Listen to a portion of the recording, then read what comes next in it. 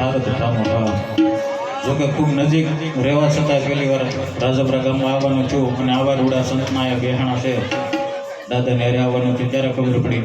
તો તમારો પણ ભાવ, મારા અંતરનો પણ ભાવ અને આવા રૂડા બાપુના સેવકોનો ભાવ ત્રણે એકારે વ્યક્ત થઈ જાય એક જ ઘડી ખૂબ થોડા સમયમાં.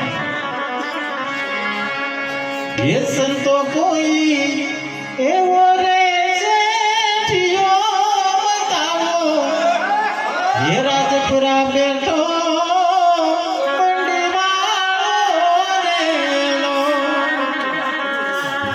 भेजी एवो कोई होय तो